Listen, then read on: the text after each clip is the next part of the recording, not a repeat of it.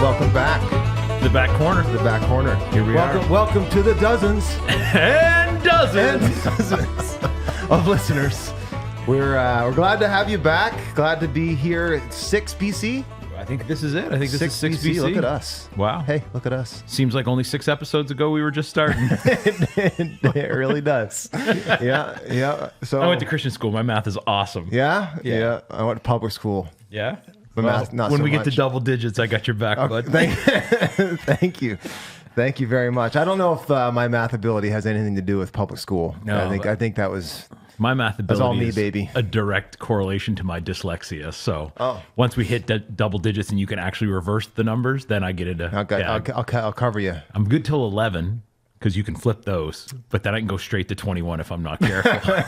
If you hear us say welcome to 21 BC, It could just be 12. It could be 12. We're not sure at that point. So, and it's going to get worse from there on out. It is. Yeah. It is. Yeah. I think I'll be fine. I don't think I'm dyslexic. So You seem I smart. would know by now. I would think so. I would hope so. Can you read a book? I listen to them mostly. Yeah, me too. Yeah. And we got very, very excited and honored to have somebody who is Dr. C.H. Wilson. I mean, H. Dr. H.C. Wilson. Welcome to the back corner, sir. Welcome, Thank sir. you. I'm very glad to be here with you, rebels. Thank you for being here with us. We're honored to have you. Real quick, non-formal introduction, but there'll be a lot of people tuning in that may be familiar with you, and then a bunch that might not be. And Dr. Wilson is certainly a hero to me and to AJ or to Absolutely. JA as well. Yes, And yes. we've grown up under his leadership and ministry, truly. And so Very true. I don't actually have a timeline on how long it's been since you started leading in the church. Would it be 5 decades? Yeah, about that. If you consider pastoral ministry as a place to begin, Yes. right, 1971, I went to Blacks Harbor. So I that's where it personally, began. I view pastoral leadership as a valid point of leadership. That's where I started, and then I went and planted a church. Ever hear Yes. tell of that? Yes. I planted a church. You know about that place. Worked there for a little while. 1974 to 80, I was there. Yeah. Hillside. And then those who can pastor should. Those who can't get an administrative job. Yes. So from 1980 till I retired, I was in church administration at one level or another, denominationally, a couple of times in the district, a different district, and so forth. So I bounced around the administrative thing from 1980 to 2017. Yeah, and still are involved in a lot of capacities. And I am, and I'm still looking for a chance to get retired, really. The first 3 times I retired, they threw a really nice party for me. The last couple of times since I've retired, they said, well, okay, goodbye, move along. Yeah. So still, Yeah. Yes, and just recently I filled in for 60 days as the district superintendent in our home territory because our guy was on sabbatical leave. And so I was filling in and repolishing the old armor and kind of enjoyed it mostly. yeah, and so for our people who aren't familiar with the context, Dr. Wilson served as a district superintendent and a general superintendent in multiple capacities, which the general superintendent basically is running the entire denomination, will be the Wesleyan Church globally, and then district superintendent here and also in Alabama? Alabama, Mississippi, and Louisiana, the 3 states together called the Delta District in those days, and I served there for 7 years. And then I did 5 years as the head of the denominational mission department, Right. Global Partners, which I take that job ahead of any of the others. Well, Now, the Deep South versus Atlantic Canada. Any differences you could observe? Many. But, Really? But we were accepted quite quickly there. A little story on that. When I first went down there, I was a stranger there, right? It was unknown. And it was a relatively small district, 28 churches, I think, but I didn't know anybody except 1 or 2 key guys. So I got an old retired minister to come with me, and we did a tour of the district. He knew everybody everywhere. So we went to a church in a little town called Akron, Alabama. It's so small that unless you have a really detailed map, it's not on it. Wow. So it used to be a place back in the day of steam locomotives, is where the steam locomotives stopped to get their water tanks refilled. When the diesels came along, it eliminated the need for the community. And so most of the community moved away. And so a church we had would have been 75 in its heyday, is down to 10 or whatever, but still functioning. And this gentleman, he was 83 years old. His first name was Tommy. He was the boss guy, kind of. So this old pastor took me up to meet him. And it was in the summertime, Alabama. I was once told when I lived there, if you'll stick to Alabama when it's cold, it'll stick to you when it's hot. And it was hot. It was hot that day, and it was sticking to me. And this old lad, Tommy Altman was his name, he did not have air conditioning.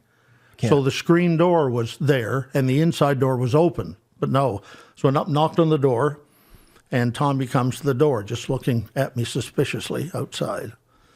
And the man who was with me, that's in the day when everybody called Christians brother and sister and all that.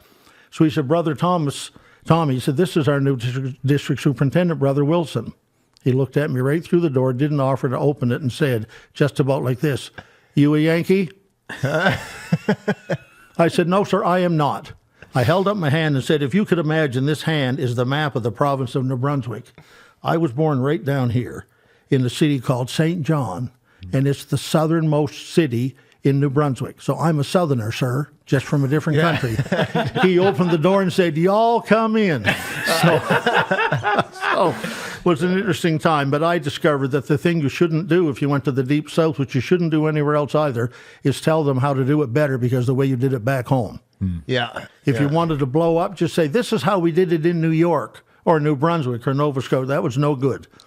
But people were warm and friendly. I was going to say lie. This may be too strong a word. They misled you. They misled you a little bit, right? So let's suppose, AJ, you're not going to church, and I come to visit you and say, we'd love to have you come around. They say, we'll be right there next Sunday, Pastor. Don't you worry, thing about it. We'll be there. But they weren't there. Right? There was always some reason why they didn't do that. So all of that. Well-intended. Well-intended. Polite. But you could tell the fact that we were in sort of the Alabama, which is where we live, Tuscaloosa, Alabama, the home of the Alabama Crimson Tide. Go Tide! You could tell you were in the Deep South. Now, in the public school system, there was no homework on Wednesday nights. Because of football? No, because of because prayer church. meeting and stuff. Oh. It was prayer meeting night. Oh, right. So there was homework. CYC? Homework Monday and Tuesday and Thursday and Friday, but nothing on Wednesday. Wow. Wow. That sounds like here. Yeah. So it was a whole cultural thing, but we were treated very well there. We loved it there. Actually, our kids went to school there, and the kids grew up because of that culture, saying yes, sir, no, sir, yes, ma'am, no, ma'am. That's good. If you said something and I wanted you to repeat it, I wouldn't say what or beg your pardon. I'd say, sir, and you'd repeat it. Or to a woman, you'd say, ma'am, they'd repeat it. If you gave the kids instruction, anything, please go turn the TV on. Yes, sir. No, sir, all that. I liked it really well. When we moved out of there, after 7 years, we moved to Indiana, right, up in Yankee country. Our son, Troy, kept that yes, sir, no, sir stuff for about a year. Our daughter, Christy, kept it for a week. She's like, I'm out. And then it was totally gone. Yeah, But we loved it there, and the people treated us better than we deserved. I love the South. I love it. My only complaint there is, and it's not really a complaint, it's just something to be aware of, is I would gain 100 pounds if I lived there. The food is just outrageous. It's so much and so good. It is truly an honor to have you here, though, Thank at the you. back corner, Dr. Wilson. And we got, speaking of America and stuff, we got some stuff to talk about in the news. So we'll get to that in a minute. But first, couple sponsors, official sponsor, again, XY Men's Conference. Want to just promote that really quick. It's coming up very fast, April 4th and 5th. We got John Tyson, Justin Kendrick. We're adding a bunch of breakout sessions. Rumor is the back corner's coming. It could happen. We're taking this whole booth is On the coming road. to the XY conference. So I've been pushing for us to buy a Winnebago and install this in it so we can travel everywhere. I think this is an intermediate step. we're going to need to move from dozens of listeners. Yeah, the Winnebago might be a tad premature. You It think? could be. It could be. I don't know. You never know. But and we're going to need some more official sponsors. Yes, we will. So Ideally, someone who buys fuel. Yeah. And the good folks at Winnebago. yeah, that'd be great. If you're listening, Dave Winnebago or whoever owns that company. Speaking of Winnebagos, you ever watch The Accountant? I've heard of it. But I've We never were seen it. talking about great heroes the other day on our Rushmore. I should have added Chris Wolf, The Accountant. Okay. That's a great movie. The buddy lives in, he has this Winnebago. Anyway, I don't know if I should recommend it. It's very violent, but it's awesome. And shout out Chris Wolf and Winnebagos. And but accountants. and accountants. accountants. Yeah, he's got like Asperger's or autism. It's Ben Affleck, and He's on the spectrum somewhere. Yeah, and also on the spectrum of kicking butt. Like, he just goes out and, That was probably a beats up bad rejected guys. tagline for it. He's on the spectrum of kicking butt. The account. Yeah. It's a great movie, and his dad provides a different perspective on parenting too. Yes. Yeah. I love that. Yeah, the dad's like this hard military guy, but he's stuck with like his son who's got like really difficult autism. Anyway, great movie. Not a sponsor. XY a sponsor. Is a sponsor. XY It's Winnebago, not a it's sponsor. In Moncton, Yeah. New Brunswick, at Yes. Tidal Church Yeah. there. Register. Which if you know where Moncton Wesleyan used to be, Yes. Tidal's right there. Same address. Yeah. Go try to find where Moncton Wesleyan used to be. If the Google won't take you to Tidal, type in Moncton Wesleyan, it'll get you there. But truly, you should Or get there. the Wesleyan. If you're a dude, local. within 7 hours, Yeah. 8 hours, Get there. Get there. It's If gonna you're be within awesome. 12, you're welcome. Yeah. Unofficial shout out today. Unofficial sponsor. We like to plug things. If you have one, you can go ahead too. But I have one. Not a full big stop, Yeah. but Irving adjacent. I'm going to shout out Daly's Convenience. Daly's Convenience. At the corner of the Arterial and Hampton Road in Quispamsis. Okay. Tom Daly, a guy who goes to King's Church here at the Valley campus, had a radical salvation story. We'll maybe get him on here to tell it sometime. It's worth a story worth telling. Like Cornelius's household, his whole family comes to know the Lord. We baptized like a dozen Dalys. It's been fantastic. And he in his conversion just has owned his own mission field as, hey, I run a gas station and now this is going to be my pulpit. And so he puts Bibles on the counter. People can take free. I mean, you're going to get gas and you're going to get the gospel. Something you and I have in common is that we, I believe, both started our gainful employment careers. In gas stations. Were you a gas pumper as well? Bro, yeah. I worked at Wayne's Convenience in Sussex. Pumped gas for a year while I waited for my wife to finish college. Wow. Full service. How good were you at stopping on the dime? We had programmable pumps, so it wasn't a key concern there. But I also filled a lot of propane tanks when particularly when the balloon fiesta was going on. That's a lot of propane. But shout out Daly's Convenience. Actually, there was a really cool story, really quick. There was a guy that comes up, so come a full circle, talk about a guy gets converted and now he's owning his own mission. I was in church a couple weeks ago and a guy comes up to me who's a friend of mine or a cousin of a friend of mine. He comes up, hey, this is my cousin.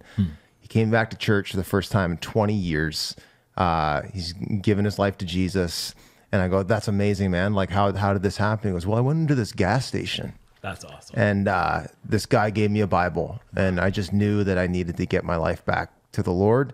Anyway, so Tom was like, shout out to I Daly's yelled, Convenience. I go, Tom, come over here. And Tom comes over and I go, your Bibles and your gas and your gospel, There you go. got this guy here. So way to go, man. And The old gas and gospel mission. The I love gas it. and the gospel coming in. Gotta get that guy a shirt. Shout out to Daly's Convenience today. I was unofficial going to sponsor. shout out the Canadian Tire gas bar because they give me Canadian Tire money. I know. But I don't think I can compete with. I don't know that anyone has come to faith due to their Canadian Tire money. Yep. So I'm gonna pile on with Daly's I Convenience. split my time between Canadian Tire and getting the points and Daly's Convenience. You need the points. You do need the points, but Daly's Convenience. Shout out if you're passing through Quispamsis, gas up at Daly's. So In an attempt to stay a part of this group, these two guys together are younger than half of my age. But I started out working at a White Rose service station on Gibson Street in Fredericton, pumping gas for a guy named Albert Clark, who ran the station. Wow. So just you guys aren't new, you're old. maybe is that like an entry point to ministry? Must be. It must Maybe. be. Well, I did feel called to do anything except that. Yeah, I didn't yeah. last that long either. No, it cemented my call. It's like, Lord, I'll go anywhere that I don't have to stand out here in February and it's pump Jonah's gas. boat. Were you full service? Yeah, oh yeah. Yeah, yeah. Check your oil, fill up your fluid. There you go. All the whole thing. Yeah. So we our not first segment on the run sheet. It's called segment 0 because it's that important. We want to find out The foundation what of the whole show, really. what Ron had for breakfast, and what we do. We've been using an AI music generator to write a song under different styles, asking the question, Ron, what did you have for breakfast? So it's a surprise every week. This is a robot version of Ron, what did you have for breakfast? Go ahead. Hey Ron, what did you have for breakfast? Tell me quick and don't be slow. Did you feast on grub or rations? Need to know before we roll. I love it. Hey Ron, what did you have for breakfast? That's good. Did you grab some toast or gruel? Did Gruel. you taste the salty waters or a biscuit from the crew? All right. Hey Ron, what did you have for What's amazing breakfast? to me Did you munch on fish or pie? that I want to observe is as we continue to fill the internet with the message that Ron just eats Honey Nut Cheerios for breakfast, at what point will AI pick up on that and all the songs will just start to become, oh yeah, so if you're going to write We a song already about a guy know. named Ron having breakfast, it's got to It's be. going to be AI. So There's what gonna did be- you have for breakfast, Ron? I had Honey Nut Cheerios. Oh! Of course. We're keeping a tally. As consistent as What the else would I rising have? sun. Oh, he gets, I did the 4. Yeah. We get the swipe. Oh, we This got is that. 5. There we go. Just to be sure, I'm in the group. I had Honey Nut Cheerios for breakfast this morning in canned milk. Did Canned you? milk. This very, oh yeah, only wussies My people. eat that other kind of milk. Canned milk, that's for real men.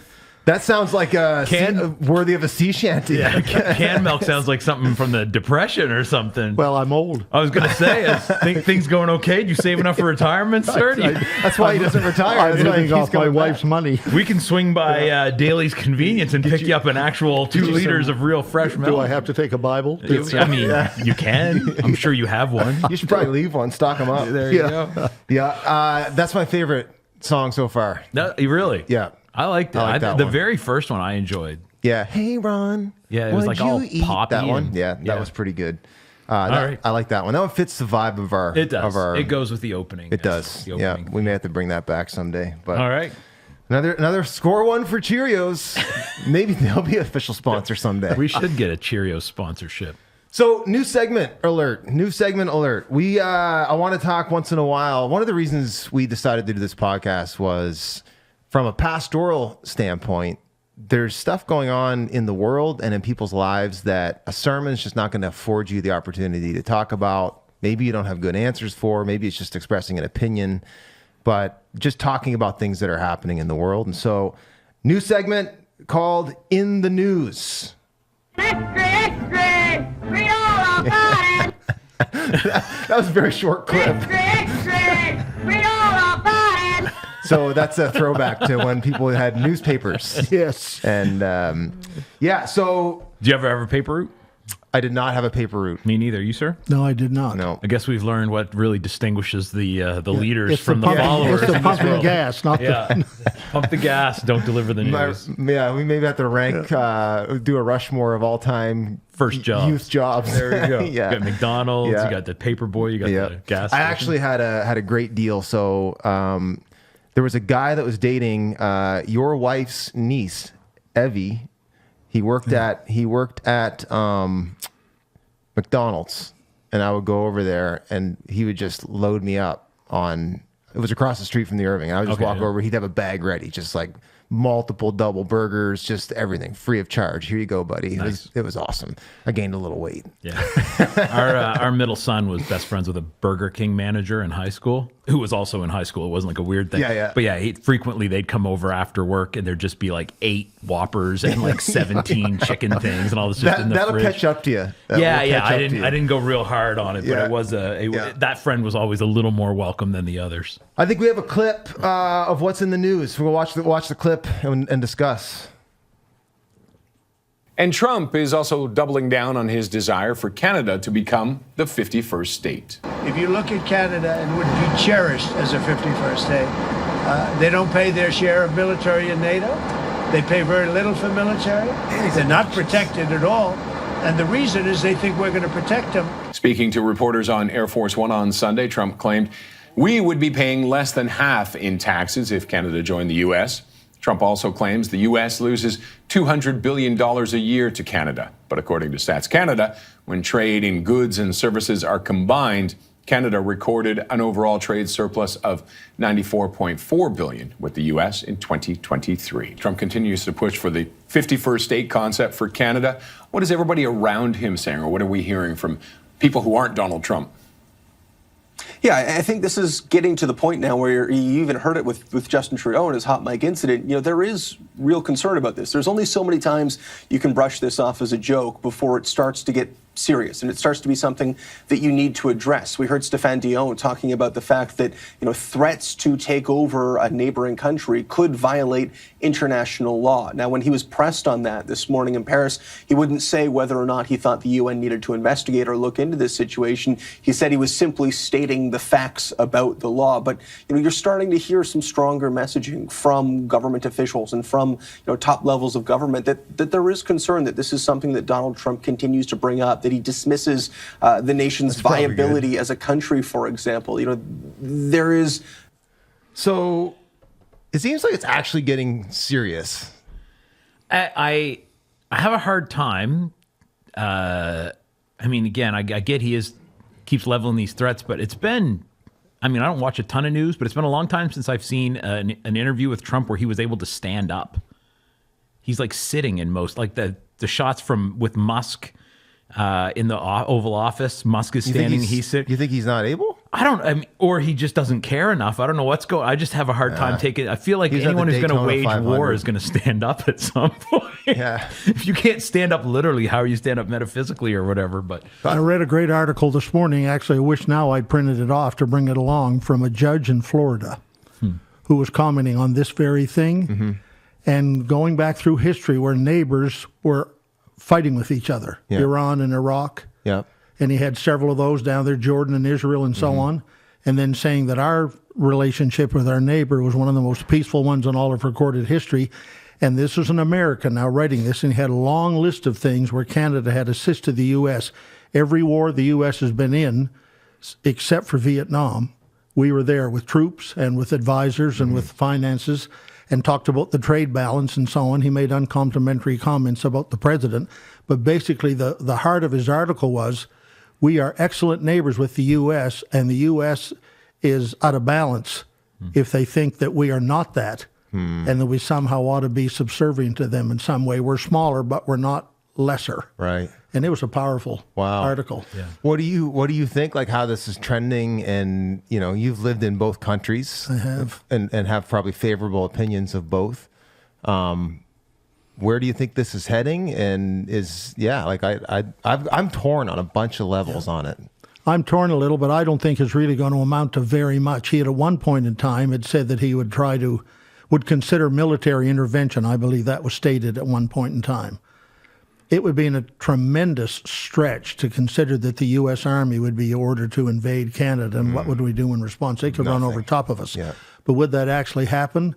It would create an international upheaval that you couldn't measure or control, right? It would be, so frankly, I'm rather hopeful that it will go away in time. There has to be somebody that the president is listening to.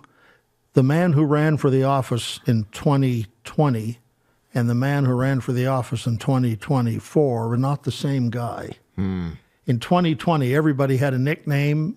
Yeah. And they were pigeonholed way down the ladder. He was much more balanced in 2024, looked more even-keeled. Trump looked more even-keeled in 2024 than he did 4 years before. And I think that personality or persona will actually come to the forefront in the end. Somebody's got to tell him, Donald, dear, this is not a working plan you've got here. Yeah. This can't happen. There's too much risk here for this. So, and of course, he's also got some designs on Greenland. Yeah. Did you see the counteraction to that thing, by the way? Greenland, which is owned by Denmark. Yes. Yeah. Denmark put a proposal forward to acquire the state of California. Did you see that? Did they really? Yeah. And change the name of Disney World to Hans Andersen Land. That's great. Just kind of saying, we figured, the Danes said, we figured it'll cost us $1 trillion to buy California. So if he wants Greenland that bad, we can make some kind of a swap, and we'll just take California over, because the people there don't like him anyhow. They all vote Democrat, so they should be fairly easy to take over. So all of this kind of international banter was interesting. At the bottom of it, however, there's always a slight fear that somebody might do something off the charts. Yeah. I find it hard to imagine, even if the military would be keenly aware of the history of the Canadian and U.S. military together.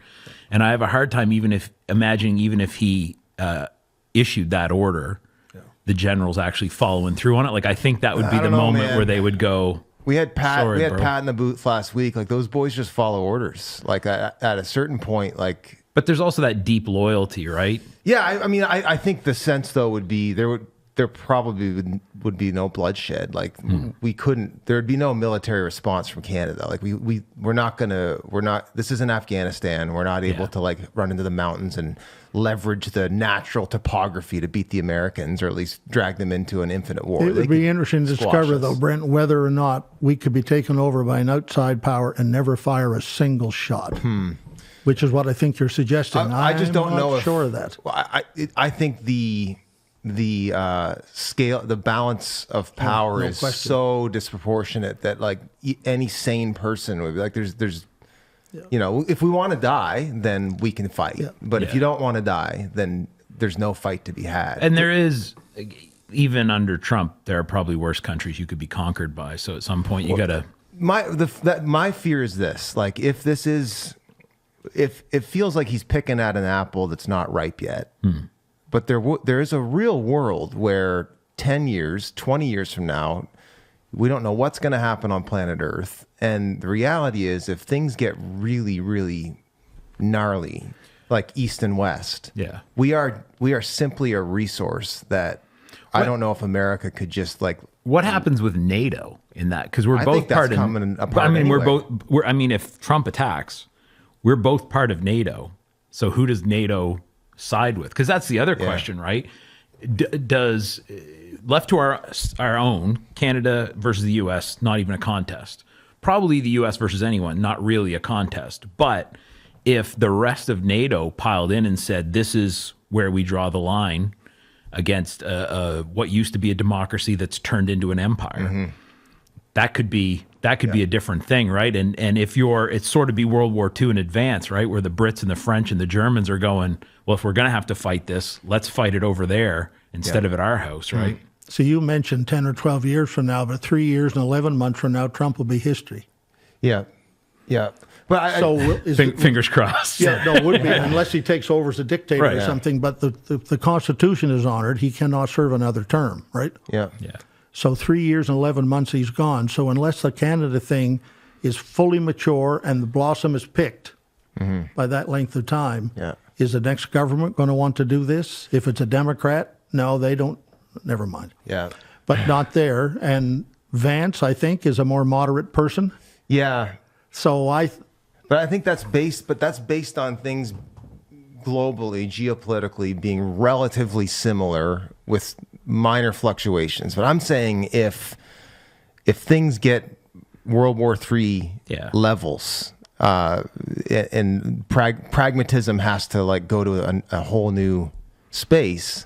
But there's nothing like what is the thing that we are holding back from the Americans right now that they want? Like we give them power, natural resources, we give them hydro. Yeah, but we trade all that stuff with them. That's actually they just don't want to pay for it. Like they don't want to take it. Like the aluminum and steel tariffs are to prevent us from giving them. I mean, selling, but giving them our aluminum. It's kind of a dumb idea to go, this country has all the natural resources we want, so we'll make it harder to get them and then go take them militarily. Why would you not just go, hey, send them on down, we'll buy them? Yeah, right? I think it's I think it's a multi-pronged approach where he's trying to generate. And again, if you're an American, you're kind of happy to see he's putting America first and trying to build stuff within the country. That you said, are until you go to buy that thing and it costs more now. Yeah, the long play though does seem to be like Canada does have natural resources that whatever this, like one of the most naturally resource rich countries in the whole world. Sure, but it's cheaper to just sell them at the cheap prices we sell them at. And like for them to buy them, than it is to try to come in and conquer them and try to build all the infrastructure up. Like if you think that there's an aluminum mine in Quebec, that the people who own that aluminum mine are just going to hand it over to Trump? Even if the military rolls in, they'll sabotage it just to be jerks, right? Like I would if I owned that mine and they were going to come and take it, I'd blow up my own mine just to laugh at them, and then you got to rebuild all that. I think it makes way more sense just to continue to free trade, and they've got access to all that stuff. We send it all down there. Yeah. One thing I think is inarguably good about this whole thing is it is at least forcing Canada, I hope, to look in the mirror a little bit, though, on our own level of health within our government and our systems. Like, it's not great. No, it isn't. And it's at least is causing us to have to maybe take seriously of looking within our own borders as well. And even militarily, like the whole, is it NATO that has the 2% of GDP? Like, there's no reason why we shouldn't be honoring that part of the deal, right? Yeah. Well, we're trying to save the world from the climate crisis. Yeah. So. One of the things this judge in Florida pointed out this morning, which I thought was just it's a heartwarming kind of comparison, if you want to call it that. The tariffs that have just been put on now add a 10% tariff to the only pulp and paper mill in Newfoundland. There's only one in the province, which will cause people to be unemployed there and cause a local economic crisis. Then he went on to say in 911, when all the planes couldn't land in the U.S., where did they go? Newfoundland. They went to Newfoundland, and the people opened their homes. They fed people. They loaned them their cars. They wouldn't charge them any money. They acted like they were our neighbors. Yeah. Well, he was saying to him, so President Trump, please understand, they're still our neighbors. Mm-hmm. Like, where did the bully thing come from? But I thought his analogy or his analysis, using that as an illustration, was a powerful thing at a heart level, at least. Yeah. It's the bullying thing is annoying. There's always been the thing that I wonder with all this, less about an actual military takeover, us ever becoming the 51st state, but there's always been this kind of very much a sibling rivalry between Canada and the U.S. Sort of we tease each other, we give each other how much of Canadian comedy is just making fun of Americans, that kind of a thing. But there's always sort of been it's sibling, right? Yeah. Like, I'll give you a swirly, but if anyone else touches you, like we got each other's back kind of thing. I wonder what you're seeing with the booing of the anthem at hockey games and that, how much of that is going to change, or some of the conversations that are starting about Canada joining the EU, finding a different sort of place to hang our hat in terms of a community of nations. I wonder if 3 years and 11 months from now, the actual crisis will have blown over, but there'll be a lingering kind of just coldness between the two nations. There's a book by a guy named Peter Zahan I read a couple years ago called The End of the World is Just the Beginning. And he's like this geopolitical strategist. He called the whole Ukraine invasion before it happened, all that stuff. And his whole thing is that globally, geopolitically, we're moving toward an East and West, and that North America is positioned well to be self-sustaining, and that the Americans are going to increasingly look north and south. It's not just Canada, it'll be Mexico as well. Yeah. There's labor force there at very least. There are people digging our minerals. Yeah, for sure. Truthfully, that's what he actually puts in the book. It's Canada has the natural resources and Mexico has the people. Yeah. And America's going to move towards that. It's inevitable, basically. Now, see, I wonder though, if you saw a major conflict, like a global-ish conflict break out, if that wouldn't be a distraction from all this stuff. If, let's say, Putin really decides he's going for it, China jumps in, is that the day Trump's going to go, I guess we need to invade Canada? Or is that the time to go, let's just shake hands, we'll figure this out later? Yeah. Even if it is just a question of ship your resources down here for dirt cheap for us and we'll get over there and fight together or whatever. It seems to me that sometimes the need of a common enemy. I think the solution, though, is somewhere in the, you, Dr. Wilson, using the language neighbors. I think we need to own whatever that, and you use kind of the family sort of fraternal thing. I think that's a real reality. We just need to figure out what does that health actually look like, and it has to evolve. I think to be even more pragmatic. There comes a point too, you think about in a family, you obviously want your sibling to flourish, but if my brother ever got in a situation where he couldn't afford to make ends meet, or I would hope that I would want to take him in and to cover him, Like I think But I think militarily is about the only way that happens. Like when you look at the actual trade stuff, like they were saying Yeah, in the clip we right. watched, right? It's actually pretty much a wash, right? Like if you look at it's even, yeah, I mean, how many every Netflix even though Trump says it's not. no, well, yeah. What Trump says in reality are generally not connected, right? But you look at every Netflix subscription, every Amazon Prime account, like all that stuff, right? Yeah. That's all trade that we do with the Americans. Like it's all stuff we send down there. You talked about the booing at the hockey That's- games, yeah. Yeah. that kind of thing. I understand from some people who are in the travel business that the number of Canadians who are canceling reservations in the U.S. now is at high numbers. Yeah. Yep. Saying we're not going to go there anymore. And I know some specific cases where people actually pulled back. They were going to go to South Carolina to Yeah. a retreat for about a month or so. They canceled that whole thing. They're going to Vancouver Island instead. Yep. Yeah. And basically saying, we don't want to put money into their economy right now with all this is going on. Yeah. We're going to, it's kind of like a variation of saying, let's keep Canada first.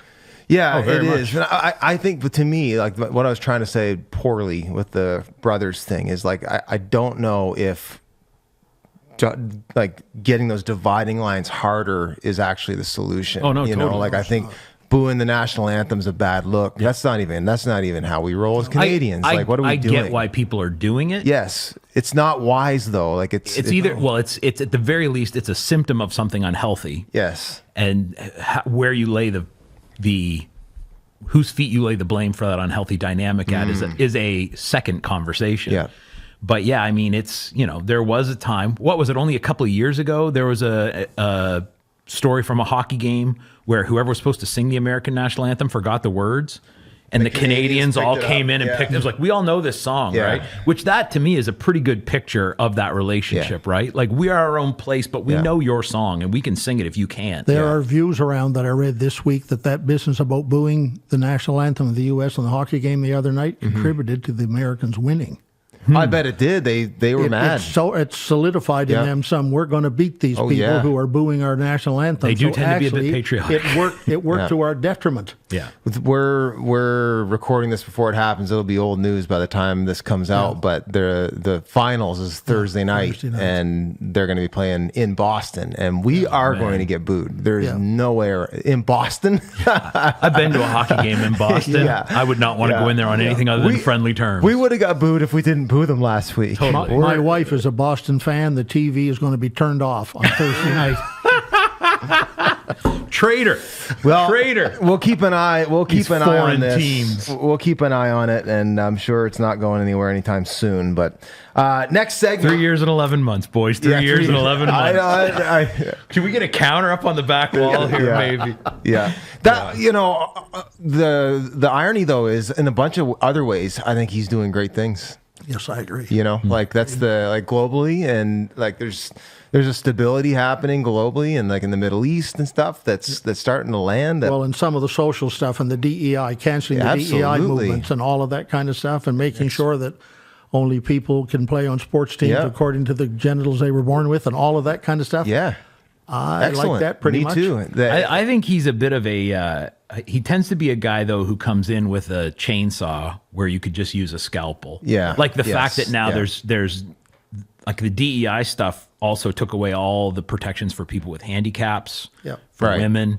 So Yeah. it's one of those like he yes, doesn't there- think through all the implications, Well, right? and Like, again, I think he's making gestures. Yeah. as opposed to policies. Yeah. like I don't think he actually thinks in nuance at And all. we're going to see more of that too with like, Robert F. Kennedy Jr. getting him in that position. Like it's good in principle in some ways. Like I'm all for I think it's unequivocally true that there are big pharma companies that are like incentivized to not put people first, totally. and like that's It's a just business. Healthcare is a business in the 100% US. accurate. But Yeah. there's going to be a bunch of stuff with vaccines and all kinds of crap there's going to be fallout for sure. To having a Kennedy who's a cabinet minister in a Republican government, Wild. there's graves being disturbed Yeah. all across New England. Yeah, incredible. Yeah, the U.S. aid stuff too has been fascinating to see. Yeah. Like that's like. But if the numbers they're quoting for the abuse of the dollars in USAID, if they're anywhere near true, somebody needed to rein that in somehow. Absolutely. But then you get stuff in that too, like with the Social Security stuff, where they say there's people who are 180 who are on Medicare, or who are on still collecting Social Security, but that's actually based on. I read a thing from a computer programmer the other day that there's a base date that their record keeping system works off of. And that's like, it's not actually how long the person's been on. That base date is 18 something or whatever, like for the system. And so there's stuff like that, again, that I think is like, you got some 22-year-old Doge bro in there going like, well, this doesn't make sense to me. Well, that doesn't mean it doesn't make sense, son. Like that just means it doesn't make sense to you, right? Or what was the 80% of, they were saying 80% of Social Security is fraud or something like that? Like that was their report. What's the Chesterton, there's a Chesterton quote that says, never take down a fence until you know the reason it was put up. Yeah. You know, and there's probably going to be a fair bit of fences going down that probably should have stayed up. I do think there's the reality is going to be found between the 22-year-old dude Yeah. and any suggestion that there is no graph going on. Oh, I'm sure there is. Yeah. Somewhere in the middle there's reality, which is life. Yes. Right? Yeah, Reality is for in the sure. middle between the extremes. Speaking of being in the middle, and speaking of extremes, and speaking of polarizing figures, we have a segment. Look at that transition. How about that? Beautiful. That's good. Trump will dominate if you let him. Like even we're 40 minutes into the podcast and we can't get past this guy. You can't get past this guy. I'm happy to never talk about him again. You're running the show. So move I'm not along. running. This is a group effort. Well, you said we're talking about Trump, and I said that guy signs my paychecks. Yeah. If you want me to hold you accountable to not talk about Trump in the future, just let me know. Okay. I'm giving the people what they want. Very Trump of you.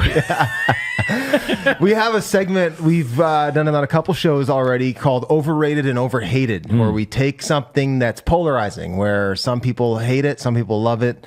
And today we know that you're a bit of a history buff, Dr. Wilson. So we've got two. One is a history one, and then one is a church one. But the first one is a historical figure, overrated and overhated. Let me set this up.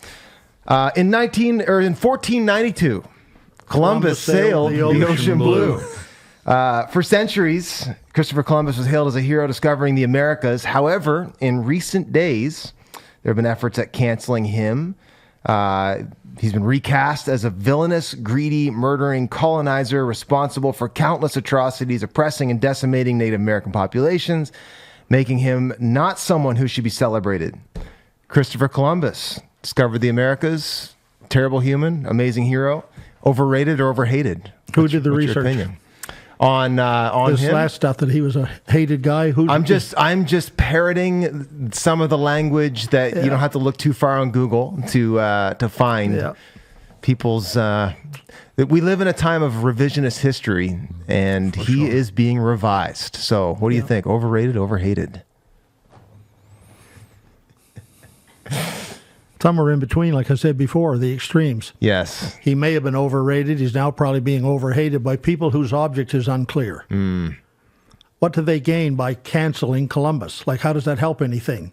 You're still going to have Columbus, Ohio, and he still came over here in 1492 in this direction. And if he hadn't come, somebody else would, and we'd likely be here. But I think these extreme positions, we're not going to honor him, or we're not going to call him a god, but we're not going to call him whatever they're calling him. And I think it's in the middle somewhere. And I often, myself, this is just me, I'm an old guy, but when I see somebody who comes out with this virulent discussion of some historical figure, I wonder what triggered them. Yeah. Why are they doing this? Are they seeking to make a name for themselves and sell a lot of books? Like, what's pushing this? There's a in our society today, like because of like secularism and individualism, like there's a moral high ground, a virtue signal that somebody is looking to get by calling into question people who are long dead, or pulling down statues, or decimating art, or whatever. It's a virtue. It's a I'm righteous and this person is not. I think that's really the motivator It's behind virtual signaling through destruction. it. Yeah. Yeah. My virtue signal is going to go up if I can tear somebody else Yeah, down. that's the- Which is a pretty questionable motive. I've Yeah. seen that around the church time or two. Yeah. Seen it on the playground. Seen it. It's pretty human, isn't it? Yeah. I think he's overrated, primarily just because he didn't actually discover America, and that's always been the long held. Who did? Well, the Vikings were Vikings? here hundreds of years before Yeah. him. But I'm Some not a people think history the buff, Romans but got over here. I listened to enough history stuff to know that, like, even of like he wasn't even, to the people who sent him here, he wasn't thought to be the first guy to Weren't ever the make it over. Romans on Oak Island? There's Roman coins on Oak Island, but the understanding is that the Vikings brought them. Okay. Yeah. Okay. Because Roman coinage was used for centuries Right, after right, the right. empire, just because it existed, right? But I thought they found a sword or something on Oak Island. Well, yeah, but again, that doesn't mean a Roman The brought Viking it. brought it over. It's Yeah. like their trophy No, Roman the sword. TV producer brought it over. But yeah, I mean, even you go up. Certainly, Vikings were here long before, up in Newfoundland. But I think it was. People want simplified understandings of things, and so I think Columbus, as one of the earlier guys to come, was sort of held up as though no European had ever been here before, and it just doesn't seem. Again, So you think he's getting credit that he doesn't deserve? I think he's one of a crew, and he's being held up as the only. So I think he's a little overrated in that sense historically.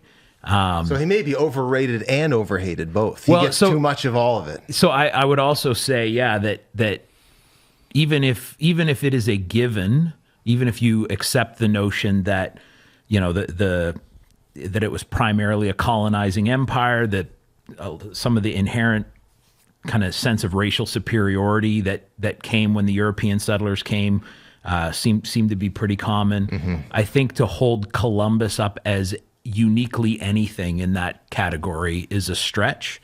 And so if you want to villainize him, you probably have to villainize most everyone who was alive at that time. Yes. It's a different set of sensibilities.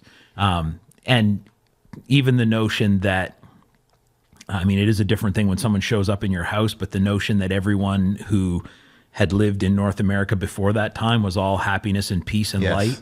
Like when you see these stories of the battles between European colonizers and indigenous people, like you can tell those indigenous people had fought before. Yeah, that's like they knew a thing or two about war. What's it called? Right? Like the myth of the noble savage. Right. Like yeah. And so, to what you said, Dr. Wilson, if it wasn't him, it would have been someone else. And I don't think that someone else would have been all sweetness and light either. No. I think he's one of a crew of a thing that was probably historically somewhat inevitable. Yeah. And I don't doubt that there's a certain amount of greed and a certain amount of racism that gave birth to some pretty terrible stuff through that. No. But I also don't think it's not unique to him. Right. No. It's not a Christopher Columbus thing. It's called a humanity thing. It's a human condition thing. Yeah. And even to say like this, I get a little tired of the narrative of colonizers and the colonized only in that, like if you look at British history, it's the history of people colonizing that island. Mm-hmm. Right.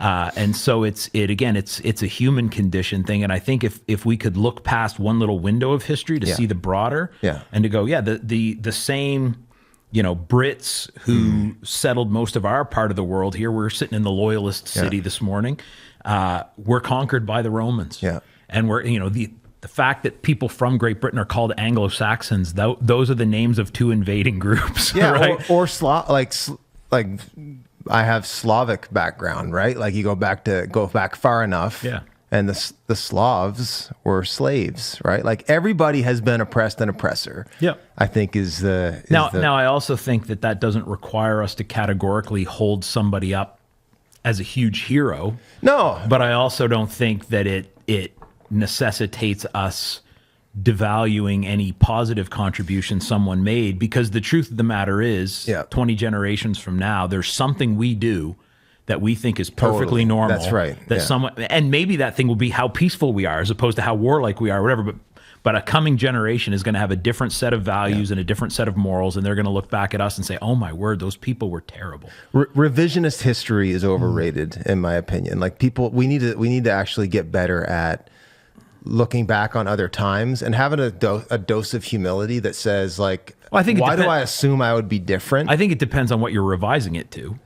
If you're getting it closer to accurate, that's fine. Yeah, but I mean, trying to recast it from a 21st century sensibility. Yeah, you can be honest about what a historical figure did relative to our morals, but I don't think you can fully judge them based on that. Like you can clarify that. It's arrogant to think as well that if you were in their shoes, you would have done it differently. Like that's. I mean, how many people who like to sit and talk about the horrible way Columbus treated the locals are tweeting about that on a phone that was made in a sweatshop by Chinese children? Yeah. Right? Everything's way more connected and complicated, I think, than we like to think. I remember when the George Floyd thing happened, and then like there's a big, obviously the Black Lives Matter movement and stuff, which again, some of that was healthy and helpful, some of it not.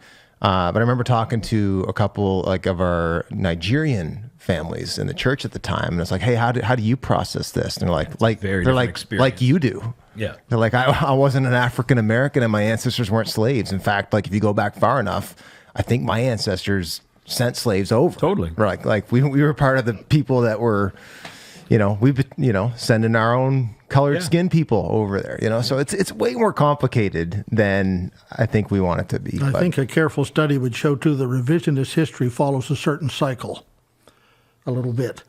And the people who are celebrated in this century or this generation are scoffed in the next. And then they recover again and come back. Yep. And you kind of have this wave that's driven by, I'm not sure what all of the factors are, but during this recent 2 or 3 year period after Black Lives Matter, statues were being torn down and desecrated all across the country with the assumption that if you ever owned a slave, you must surely be wicked and you must have raped their women and sold their children and all that other kind of stuff, only to discover that some of the highly respected persons of those days actually had slaves that were properly treated, but everybody was condemned for going to tear their statue down. Right? Yeah. And it'll be interesting to see how long it'll be before some of those statues get put back up. Yeah, for sure. I don't know if it helps anything anyway. Like, the thing that drives me the craziest is these like stop oil people like desecrating art, like going in and throwing tomato soup on. This has nothing to do Leonardo da Vinci's work. I guess maybe they're oil paints. That's their theory. Maybe. Yeah. All right. Next, overrated, overhated. This will get us into more conversation around faith and church and leadership and stuff. So. Baptism classes, overrated or overhated? Let me give you my lead up. It is virtually unanimous within the global church that baptism is a requirement for the Christian life. What is not unanimous is how that baptism should happen, be it submersion or sprinkling, infant or adult, or being baptized for your dead relatives. There have been a lot of differing opinions and approaches to baptism throughout the centuries and throughout the global church. Many churches have a very low bar of entry for baptism, whereas others require a form of catechism or a course so as to ensure the sincerity of commitment and clarity in understanding, and to avoid scenarios like this one captured not long ago at a church in the U.S. Play the video, Ron. Faith and trust in Jesus Christ as Lord and Savior. I am Jesus Christ. I am Jesus Christ. I'm back, boys. Huh? All right. Well, we're going to pause right now, and we're going to have a conversation with Jared a little bit more. So, Jared, have you placed your faith and trust in Jesus Christ as the Lord and Savior? I'm not Jared. I'll read. Okay. I'm not Jared. Right. I'm only So we're going to go ahead and pause the service. Jared is having some theological things that he's dealing with. So, Jared, thank you very much. We're going to continue psychological the service things right that old now. All right. Jared. So, all right. Sounds good. All right. All right, welcome to Catalyst Church. A little awkward beginning, that is for sure, absolutely. Happy Sunday, dude. Yeah, happy Sunday. So, Jared, go ahead and go out that way, please if you don't mind. That would be Perform a great. miracle, Jared. Go back. Where you Well, welcome to Catalyst Church, for sure, absolutely. All right. They had 4 viewers, here we now go. they're down to 3. Actually, let me go and pray. No one wants to. Good call. Good God, pastoral. You are King of Kings, When in Lord of doubt. Lords. Jesus, you are the one we represent. All right, that's we are probably not. good, Ron. I'm Jesus Christ. I'm back, boys. He says. You gotta like, is he serious? Like, is he actually have a psychological issue? I don't know. Or is he just like? I mean, he was letting it happen. So score one for baptism classes. Yeah. Yeah. What do we think there? What would you? Well, first, what would you have done in that situation? I'd have found out before I got there. Yeah. You would have had a conversation with some him. kind of conversation with this guy. Yeah. Well, we try to catch them, so we'll do it here. Like we'll do like on your confession of faith, we'll baptize you. We'll catch them like anybody who's spontaneous. We'll catch them before they get in the water and take them through those questions. You know what you're doing. But man, have someone turn the tables on you like that. I think that guy handled it pretty good, though. I mean, as well as you can. Yeah. What do you do? I mean, as well as you can handle something you handled poorly. Yeah. Like he got again. I think. Well, he didn't baptize him. No. Give him credit for that. But putting a guy in a tank before and handing him a mic, having no idea what he's going to say. And a practical response: how would a 5'4" preacher baptize a 6'6" guy who thought he was Jesus? My dad used to tell a story. My dad's about 5'8". He used to tell a story about him and a friend at Beulah baptizing a couple who I think she was 6'1" and he was 6'3" or 4 or whatever. And dad says, we just laid him back and ran him upriver a mile or two.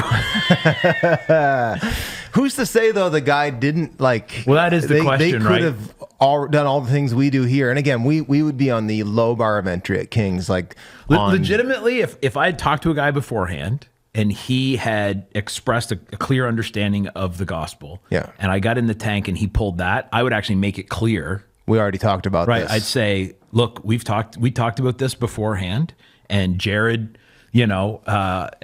expressed a clear understanding of the gospel. And so either Jared's going through something or Jared has been deceptive. Yeah. In either situation, it wouldn't be appropriate to baptize him right now. Jared, I'm going to ask you to step out. Like, I think you don't want to throw that guy under the bus, but if he's thrown you under the bus, there's something to be said to salvage your own credibility. Yeah. But it seems more likely that Jared said, I would like to be baptized. And they said, that'd be great, Jared. Come get in the tank. Yeah. And then they discovered this once they got in there. You mentioned in your preliminary remarks there about modes of baptism, difference of opinion about that. Yeah. So I'm an old guy, and I grew up in the Reformed Baptist Church, it was called then. And baptism, or whether there'd been a class or hadn't been a class, it was limited to adult believers. You didn't baptize kids. You dedicated babies. You didn't baptize them. Let it be clear.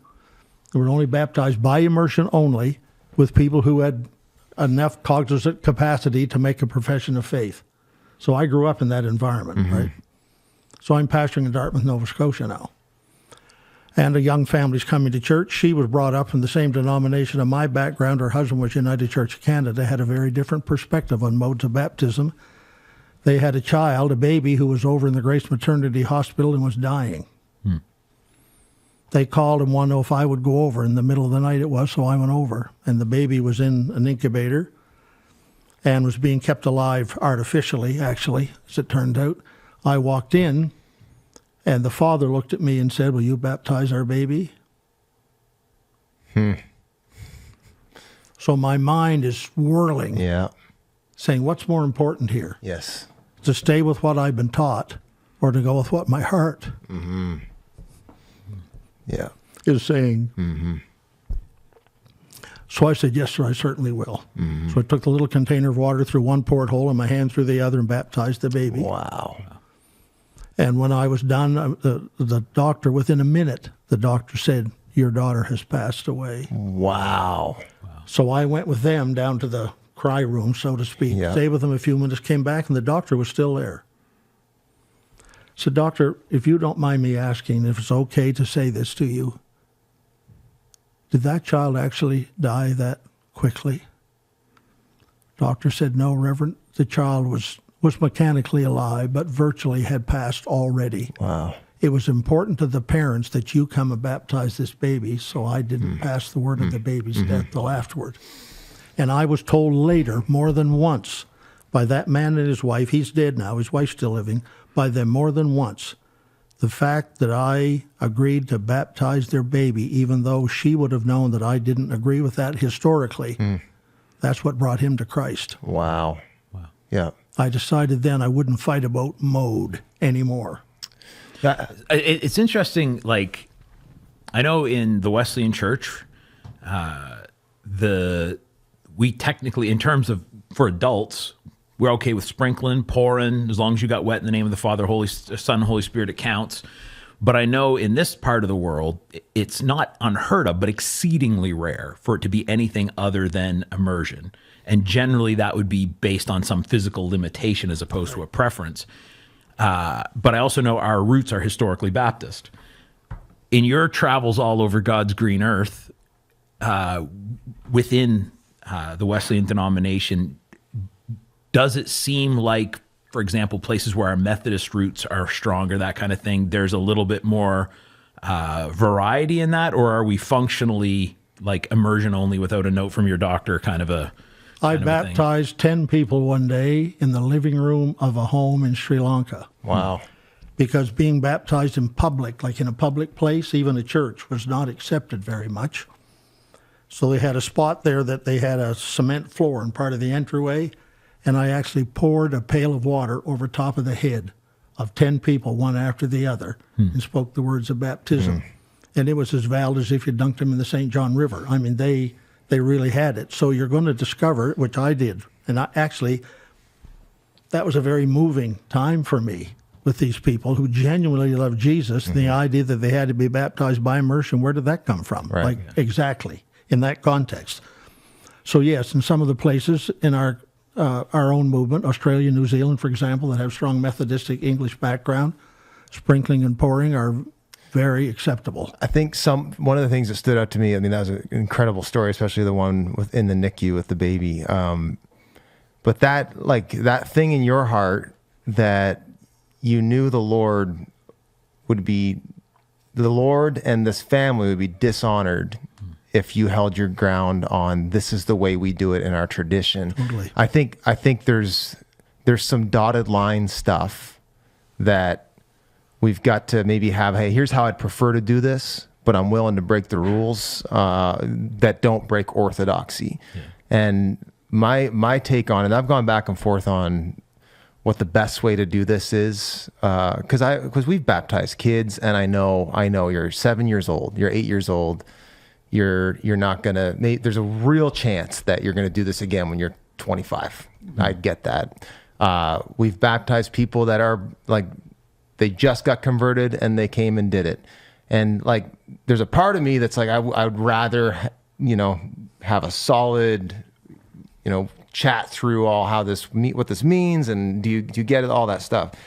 But there's this haunting sense I get of whatever the Lord's doing in someone's heart to desire to take this step is very sacred, and I better be very careful if I put any barriers in the way of that. And to me, that's caused me to err on a wide gate for baptism and not trying to manage it too tightly and let the fruit, be borne out. Yeah. It's not on me. Like you'll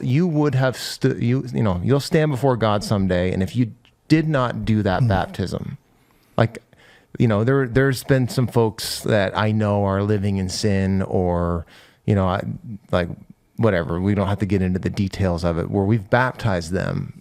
And it's like, I shudder to think that I would stand before God someday and be the one that, got in the way of something that he was legitimately doing in someone's heart. And I can't know what he's doing in someone's heart, like, at the end of the day. And it's, you hear the threats of Jesus, it'd be better for you to have a millstone tied around your neck than for you and thrown into the ocean than to get in the way of what I'm doing in these little ones. Is there a difference between responding to a person's request to be baptized and suggesting they be baptized?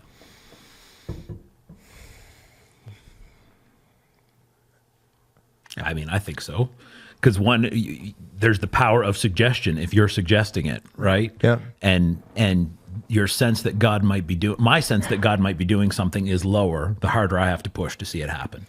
And so if someone comes knocking on my door, literally or proverbially saying, I need to be baptized, I think I would process that differently than me, for some reason, going to someone that I had no reason to think was If in an I was the appropriate person place you were of coming business. to say, Wilson, would you like to be baptized? It seems to suggest to me that you think I qualify, Yeah, that I'm okay to do that. yeah. Where if I go to you and say, I'd like to be baptized, I think that flips it right on its head. The Which I suggestion think- had to start somewhere, though. Like to get the idea, like even the person that comes to you cold, like somebody else somewhere along the line on the, the sovereign trail of this person's life, the Lord had planted that idea. So whether it was you or someone else, like one man waters and another man plants. Yeah, but I think that's different, though, than going to someone and say, Brent, I believe you should be baptized. Yeah. It's different, I think, than you having heard someone preach about it and pick up the idea, and that's fostering in your head Sowing a seed is different than planting a and suggestion. reaping the harvest. Yeah, Yeah. maybe. I struggle with this whole question because I have a lot of value in church tradition. Historic, the tradition, capital T of the church, not, every Christmas we sing Silent Night. And if Is you that look, not the real thing? Is that somehow not the real thing? Yeah. no, tradition is something richer than that. So if you look at some of the earliest days of the church, it took years to jump through the hoops to be baptized. Which, man, that just feels like way too much for me. And then you look in Scripture and you see some of these, the Ethiopian eunuch. Hey, it's been 20 minutes. Any reason I can't be baptized? Or the first 3,000 that were baptized. Yeah. Like I actually stood on those steps in Jerusalem where Peter preached that message and they baptized them immediately. And all those Jewish, what are they called? Mikvahs? Yeah, the That's mikvah. a mikvah. Yeah, like they're all over the place. And so they're like, let's just use these. So then you go, okay, on the one hand, I think, again, 2 or 3 years or whatever the different catechetical processes were in some of the early church, that's much. That seems a little intense to me. Including exorcism. I do think we should bring that. We should.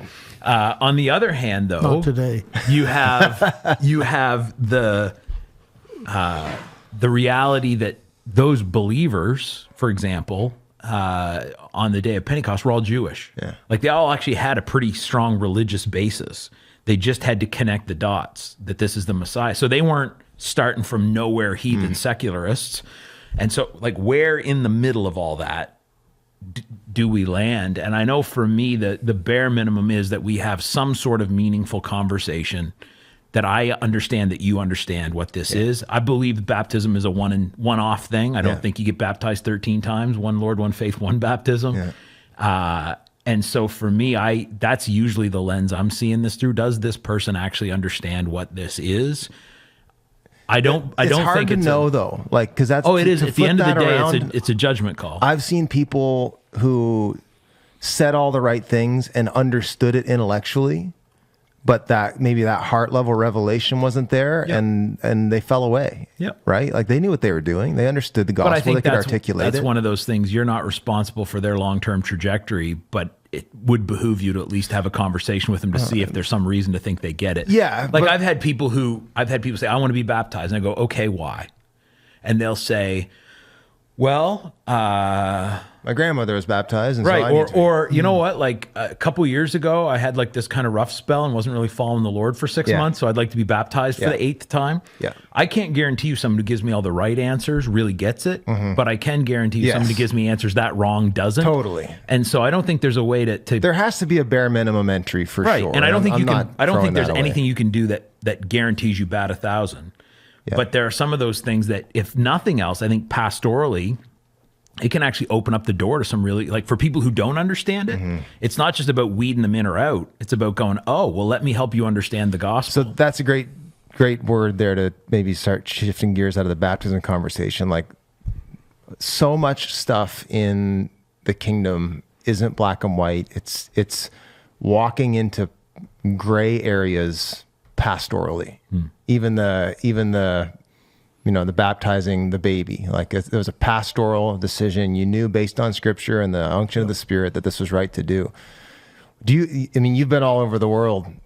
Do you have any stories of pastoral gray stuff that probably wasn't in the manual that you just kind of had to figure out on the fly? Well, this wouldn't really fit with that exactly, but I'd be interested to know what you guys think I should have said.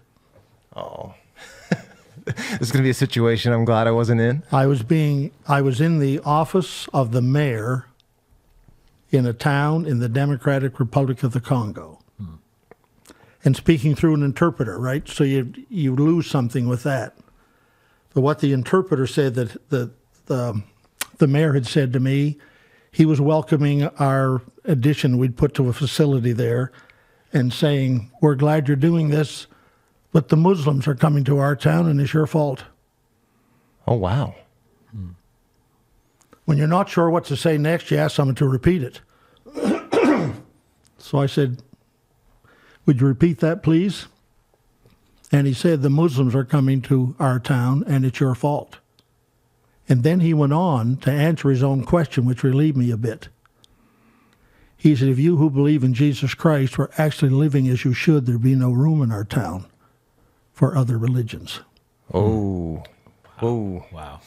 So what do you do next? So almost a view of Christianity as aggressive as the Muslims that are coming. Yeah, and Christianity that was weak.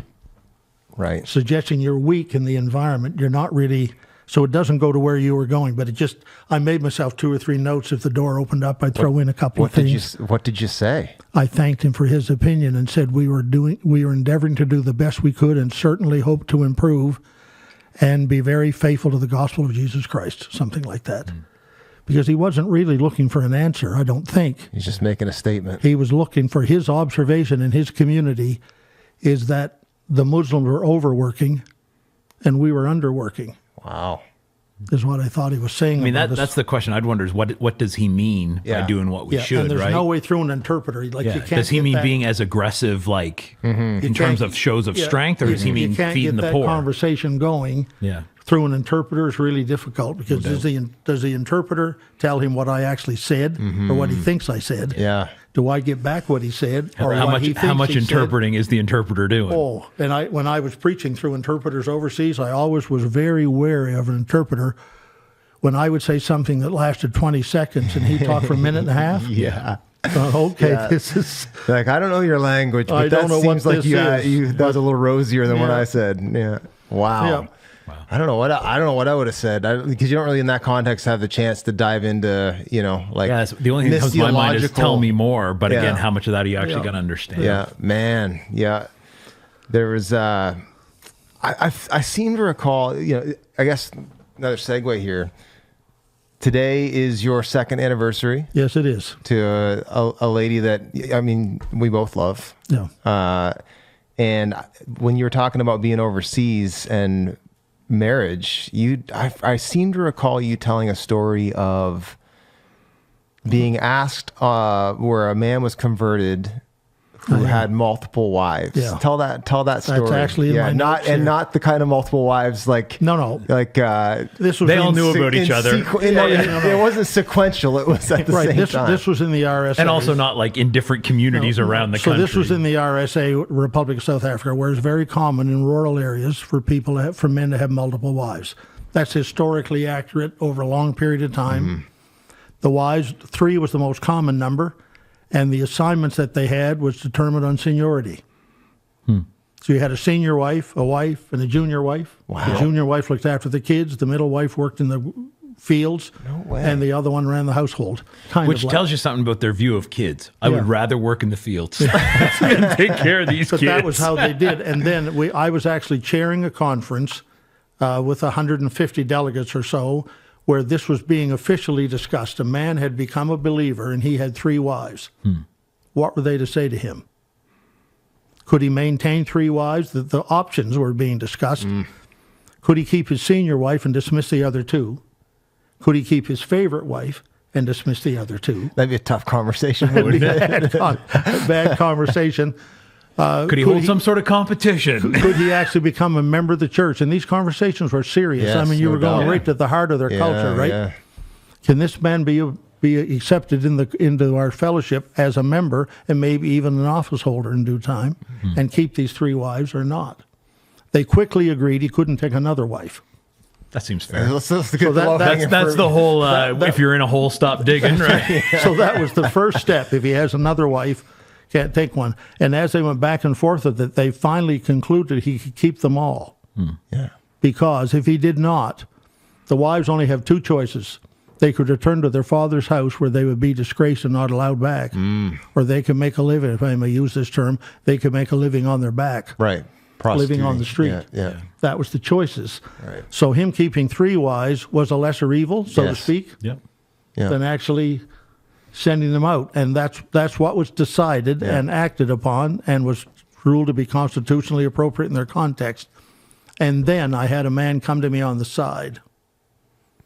My name is Simon Umbogadzi, and I was a Reformed Baptist as you were. He went way back to the past. I was educated in America. He said the American church believes in multiple marriage. They're just not married to them all at the same time. He said, I've seen many marriages, and believers, they get married and they're divorced. Then this believer marries another one, and they live together for a while, then they're divorced again. So he said, you have sequential polygamy. We have simultaneous polygamy. Wow. That's, Then he kind of smiled and walked away, just left it Yeah, to percolate. It which is seems to still be an African percolating. trend, eh? Just to drop a ball Drop and a let bomb you and deal with it. Walk away. But I did think it was a valid, it maybe was somewhat twisted. Yeah, no, it's a But fair there was a criticism. grain of truth Yep. in it. And by the way, I didn't divorce my first wife to marry this one, just so that's clear. For those of you who lack context. Just get the context. My current wife and I were married 100 years, actually.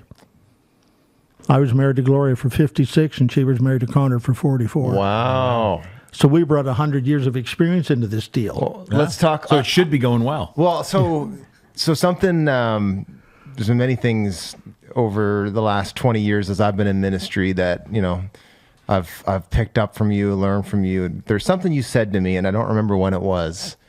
Would have been probably early on as a senior pastor. I think I was talking to you about hiring somebody on the church team, and you said, "Did he marry well?"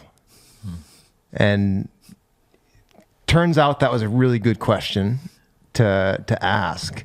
So I'll ask you, did you marry well? She's in the room. It's a setup. Blink twice. Indeed, I did. I married a woman I had known for more than 50 years. Wow. She and her husband and my wife and I, we cruised together 7 times. We went to Hawaii together. We went to Europe together.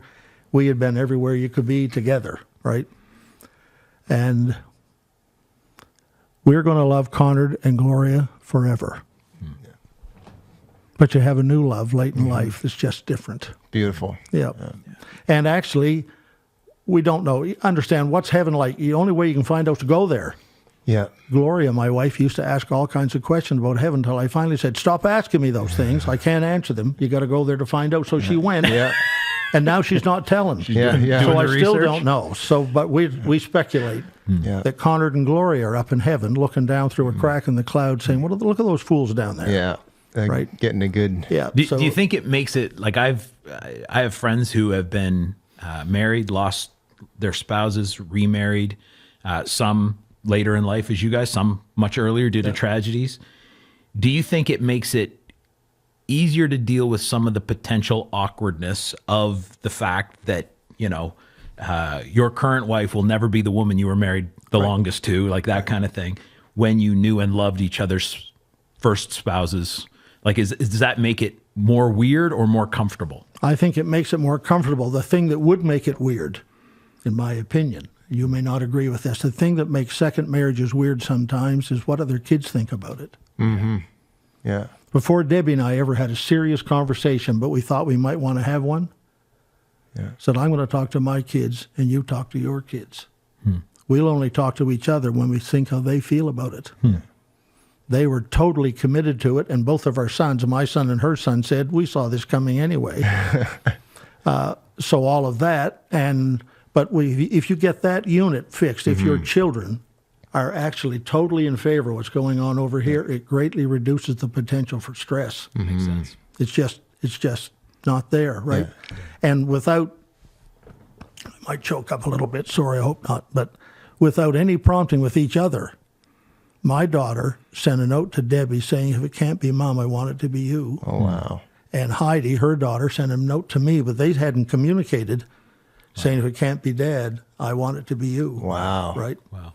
So with all of What a that gift. behind us, it'd be hard to mess up. It would be. Yeah. Yeah.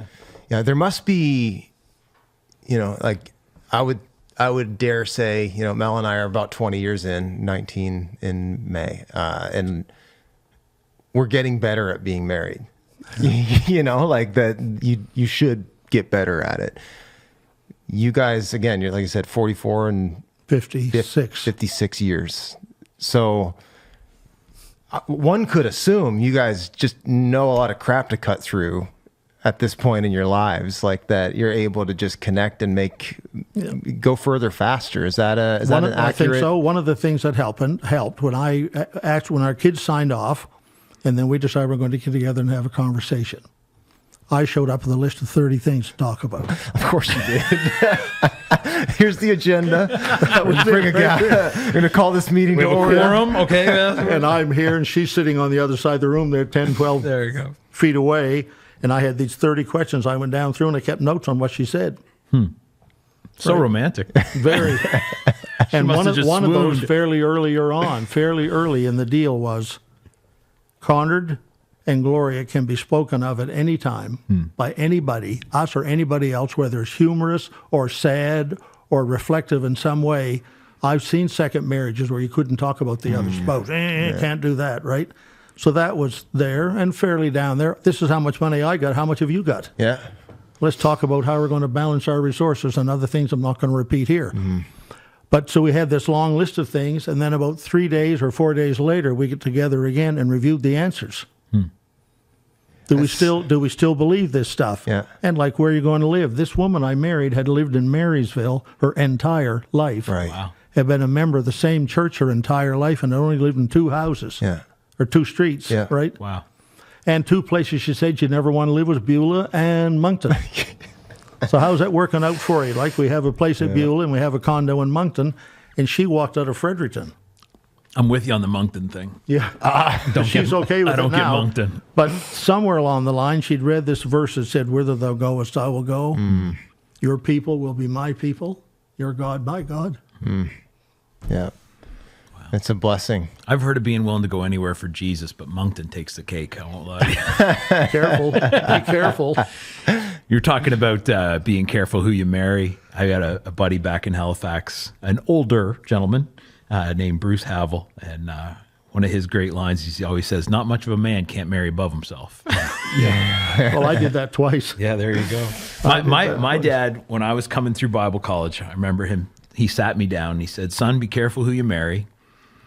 He said, I've known a lot of guys who have had kind of a lid on where they could go in ministry because of who they chose as their spouse. Absolutely true. And he said, brother. I know some other guys who've gotten a lot further than they had any business going. Yeah. Because of who they chose as their spouse. And It's so wise.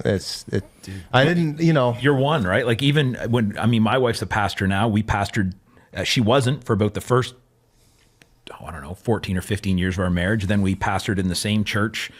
She was on my staff for like 8 years, and now she's off at a big old Baptist church working there, and I work here at King's. But it is uncanny the impact it has on you. I mean, when you're working shoulder to shoulder like that, but even when you're not, in terms of in the specific church workplace, it's just a massive impact on what you can do. Yeah. A little thing that doesn't go directly to that point, but it's still a little yarn I want to tell. So here we go. But about our relationship, Debbie and me, I was involved in their life. I was involved in their wedding, and I preached his ordination service and his funeral service. Wow. And dedicated their kids and had all that kind of stuff, right? So when he died, he was cremated, and she, except for scattering some of his ashes illegally at Disney World, she kept the rest of them and was going to be buried, her ashes with his later on. Seemed romantic.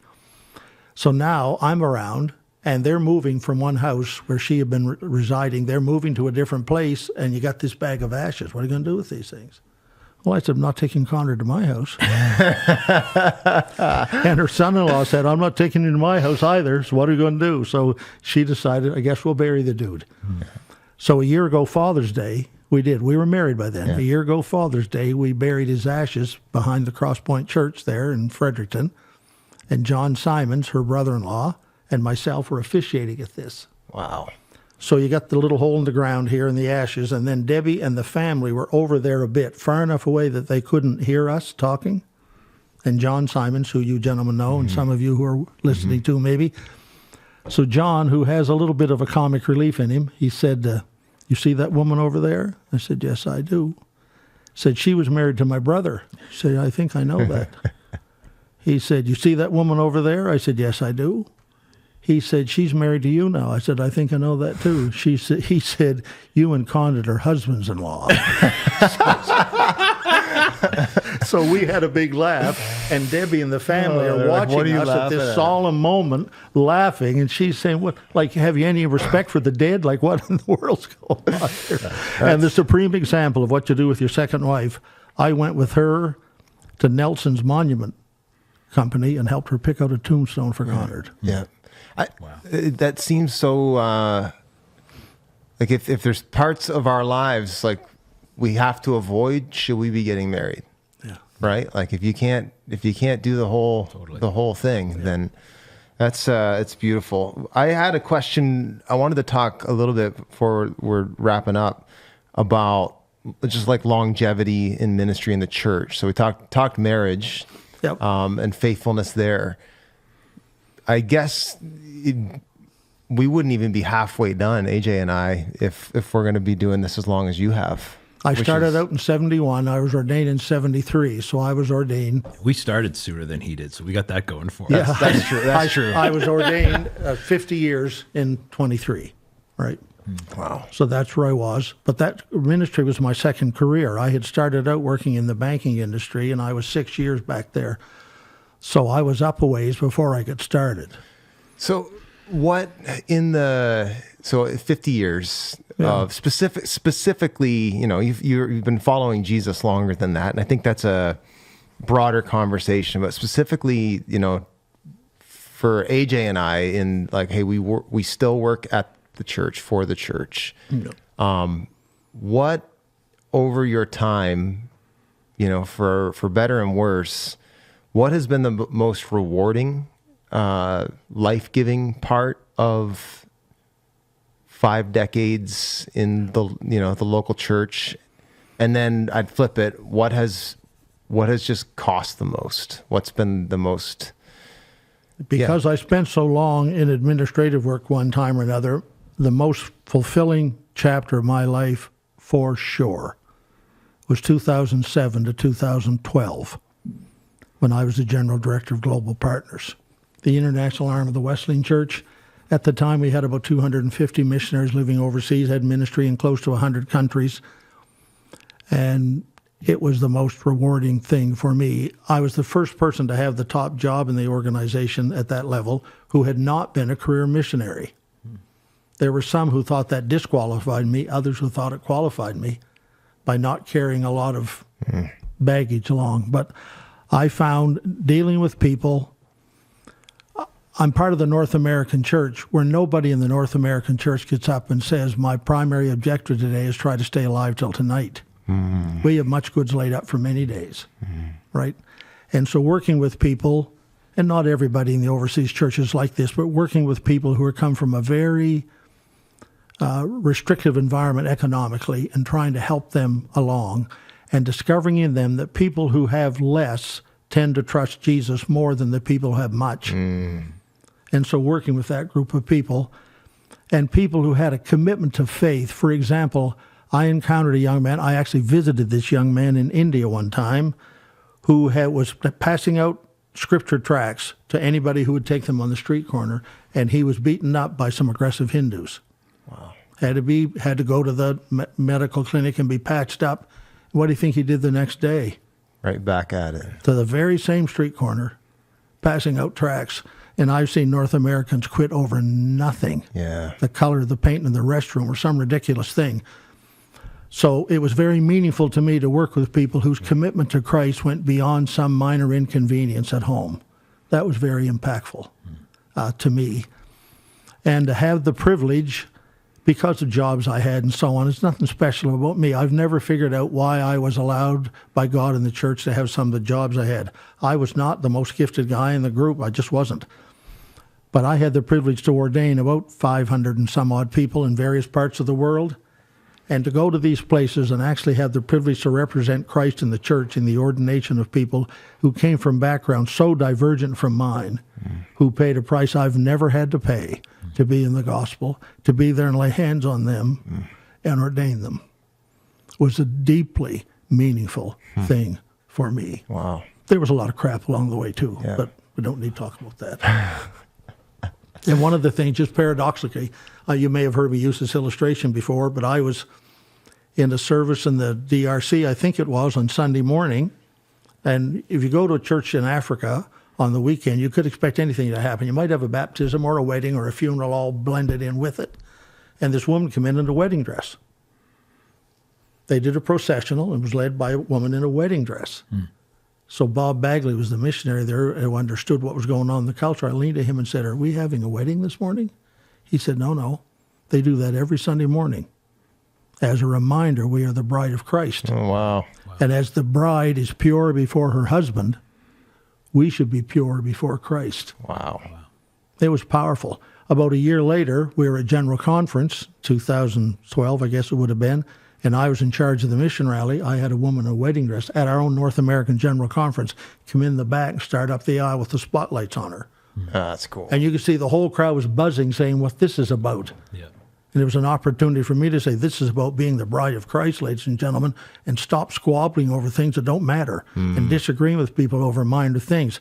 Not a bad time to have a kingdom alliance. What? Go ahead. I was going to say, they say that to kind of know where you're going, you got to know where you've been. You have been, part of the church your whole life, involved in the church your whole life, and in leadership in the church for 50 years. Based on kind of what you see as the trajectory over those decades, what do you see as the changes, the steps, the developments? Where do you think the church is headed in the next 10 or 20 years?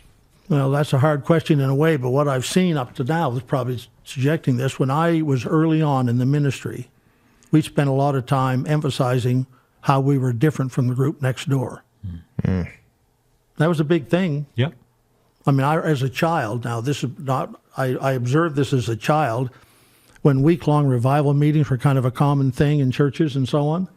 I actually could name a person, which I won't, but who often was an evangelist in some of those kinds of settings. And if somebody came into our church, the Reformed Baptist it was called then, the Wesleyan Church, who came from the Baptist thing, he would automatically find some way to slam Calvinism in his sermon. Wow.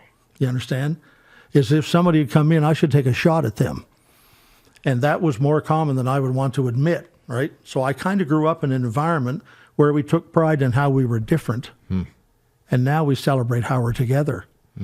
There is so much more in the kingdom of God. There's so much more holds us together than keeps us apart. Just what holds us together should be celebrated. And I think going forward, you're going to see more of that. There comes some point at which, in those sort of merging together of people who are more or less the same, there has to be some common body of thought, like the Apostles' Creed or something that everybody adheres to, or else you fall apart. But you shed off the things that don't matter, and you get this common core here. There's going to be more adherence toward that because we're going to find that as the culture continues to squeeze us, we need to get together and flex our own muscles to say this is what we can do together and decide we're on. If you serve the name of Jesus Christ, you're my brother, give me your hand. I wonder if you think about, again, that taking shots at each other from the pulpit's probably not anything the Lord had intended through denominational distinctions. However, I wonder if we skip the whole Reformation and then all of the channels that came out of that, the different denominations and expressions. It seems to me like, and I think you're right, Dr. Wilson. Like there is I know the Lord is consolidating this church. Like he said, like in the end, there's going to be one church. So if you're fighting against the prayer that Jesus prayed, not a good play. But I think there's a beauty of the manifold glory and nature of God that has been expressed over the last 500 years, where it's like we wouldn't know about the sovereignty of God without the Calvinists. And you wouldn't know about like whatever, the passion of God or the patience of God, like all these different ways that we now have language and theological framework for. Like, I think God got greater and bigger in the mind maybe of the collective church, and as we come back together, maybe we can come together with a broader sense, maybe a smaller version of ourselves and a bigger version of who God is. I think celebrating I'm repeating what I said in a way, celebrating what holds us together. Do you believe in Jesus Christ? Do you believe he was born of the Virgin Mary? Do you believe he died and rose and is coming again? Like at some core there, there's always needs to be allowance. We're not trying to have, in my judgment, we're not trying to see a church emerge where every person that claims the name of Christ agrees on every little detail. Right. Why would we try to go there? To make allowance for things that are not anti-biblical and make all kinds of accommodation for people who are generally agreed. That's where I hope that we go, and that's where in my opinion, that's where we're going. I was educated in that to some extent myself. I worked under contract with the Roman Catholic Church for a year, just a year and a half or so ago, with the sign off of the people above me in my line of accountability. It was a great experience for me, and opened some. Would the 40-year-old you have ever believed it? No. Would the 40-year-old you yank the credentials? No, but I would have suspended them. And with the 40-year-old of me, well, I was probably 40 then, but with the 25-year-old of me baptized an infant, nope. Yeah. Right. So there's a progression. There's a progression in those things, and we all carry with them, all of us do, some deep-seated prejudice we don't even know exists until something pushes them to the top. So that's probably a good question to sort of start landing on. Then we'll do our Mount Rushmore here. But one thing I wanted to ask you, so we talk about the 20-year-old you, the 40-year-old you. One of the things I'm learning as I get older and follow Jesus in that journey is that fewer and fewer things matter, and just a handful of things matter more. And you just stop obsessing about so much stuff. What to you at this stage now matters most? Like in ministry life, what are the things that the older you get, I can let that go, I don't need to fight over that. These few things. For Paul, it was faith, hope, and love. Yeah. What are the things for you? Well, it'd be hard to improve on those, wouldn't it? Probably. Give it a shot. Give it a shot. Have a little confidence. I'll probably go with those. The irreducible essence to me is, do you believe there's any way to God except through Jesus Christ? Mm-hmm. Yeah. That's my irreducible essence. If you will agree with me that there's no way to God except through faith in Jesus Christ, if that is concrete in you, I can forgive or dismiss many, many other things out here, but not that one. There's only one way to peace with God, through Jesus Christ, right? That's called, in theological terms, that's called the scandal of particularity. There's only one particular way to peace with God. Yeah. It's through faith in Jesus Christ. On that one, I'll die on that one. Mm-hmm. Yeah. Most of the rest of them, do what you think you ought to do, and we'll try to find a way around it. It doesn't mean there shouldn't be some standard conduct out there somewhere. Yeah. But if you're asking me to boil it down to the bottom, that's it right there for me. Yep. If you, I don't think we're telling any tales out of school to say that you're probably closer to the end of your time on this. If I live till May the 31st, AJ, I'll be 80. That means I will have lived 29,200 days. You're almost the exact same age as my dad. So, yeah, there you go. So treat me with respect like your dad. If the Lord were to walk in here and say, I was going to say Dr. Wilson, but there's no way he's calling you Dr. Wilson. He loves you enough, he'd probably call you HC, but or CH. Yeah, maybe. Or CH. If he were to walk in here and say, I will give you, pick whatever 8 or 10 years of life you felt were prime energy, productivity, health, all that stuff. I'll give you another 5 or 10 years of that. What are you going to pour it into in the kingdom? What would you do with it? Yeah, what would you do with that? I would try to find, you'd have to have doors that open to you. I'd try to find some way to interface with the international church and with the coalescing, if I dare use that term, with the coalescing of Christian thought or behaviors until we become more like one in Christ. I don't mean just weird. Yeah. But to coalesce that, to be involved in that somehow, and to have strong impact in the international church that warmed my heart like nothing else, I'd ask for that. Unity and global global mission. Yep. Geographically and denominationally. That. Let's all get together. I like it. Within some boundaries, though. Oh, yeah. Not at all cost. No, Yeah. not at all. Cost. Yeah. What is it? Is it unity, not uniformity? Yeah. Like Or in essentials, unity, and non-essentials, charity. in all things, All things charity. all Right. things charity. Non-essentials, in- liberty. Liberty. Yeah, in Something like non-essentials. Yeah. No, in essentials, unity. In non-essentials, Tolerance. charity. I think it's No, liberty. And No, yeah, no. in in all essentials, things unity. charity. In non-essentials, Tolerance. charity. If only someone No, could Google it. Charity was in the last one. In essentials, unity. In non-essentials, liberty. In yeah, all things, charity. I Yeah, think. that's correct. That is correct. If you know the answer, put that in the comments below. Yeah, Let's yeah. drive some Actually, traffic. look up the history of the Pilgrim Holiness Church. That was their denominational motto. Was Really? it really? That, yeah. Wow. Now, I don't- But also no wedding rings. That too. What was that? What was it? Why not It's that? too flashy. Yeah. Who do you think It you was are? considered unnecessary adornment. Could they have tattooed it? Oh, my Lord, no. Yeah. They would have taken you to the stripping room and taken off the, your only finger. people who got the only people who got tattoos, so it was believed them as bikers? drunk sailors. Yeah. Okay. Yeah. That was there you it. go. They'd put mother on their arm. Yeah, mom and an anchor. Yeah. We have a closing segment around here. We like to rank things. It's called Oh, Rushmore. So yeah. the story goes, I ordered what I thought was a full Mount Rushmore bust, and it came back as a fridge magnet. Okay. So small that I lost it, and then I went ahead and ordered what I thought was a nice big old snow globe. snow globe, and it came back like that. So what we basically picked things to rank, and today we are going to rank our Mount Rushmore of most underrated and overlooked Bible characters. So Bible characters that are awesome that might not get the news. They might not be in the highlight reels, but if you read your Bible, these are some quality characters. So can be in no particular order, but your top 4 Bible characters you like that maybe sometimes get overlooked. So probably like not David or Jesus.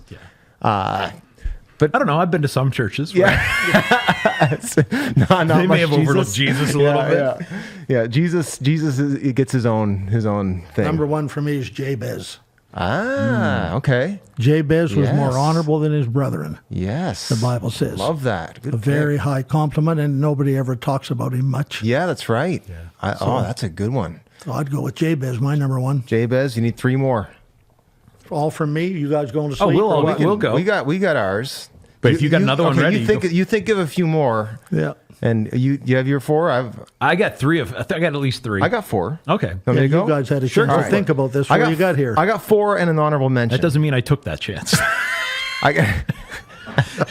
So honorable mention is going to Abel. Okay. Yeah. Abel doesn't get the love he deserves. No, that's true.